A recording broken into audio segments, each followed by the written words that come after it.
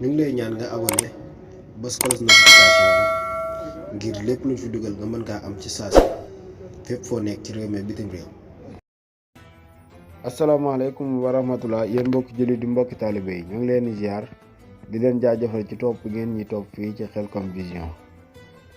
laata loolu nag fekkee gën nga ci page bi ñu ngi lay ñaan nga abonné te bës cloche bi ngir lépp luñ fi dugal nga bokk ci ñi koy njëkk a jot.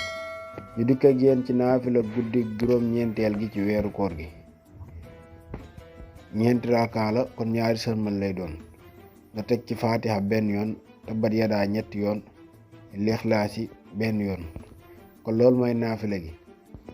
ñeenti raakaa la mooy ñaari sërmal faatiha benn yoon tabbat yadaa ñetti yoon xul huwallaahu ahad benn yoon kon loolu lañ leen indi ci naafila tey gi. jërë ngeen jëf ba suba ak jàmm ci beneen naafila incha allahu rabbi ñu ngi leen ñaanal koor jàmm jërë ngeen jëf wasalaam.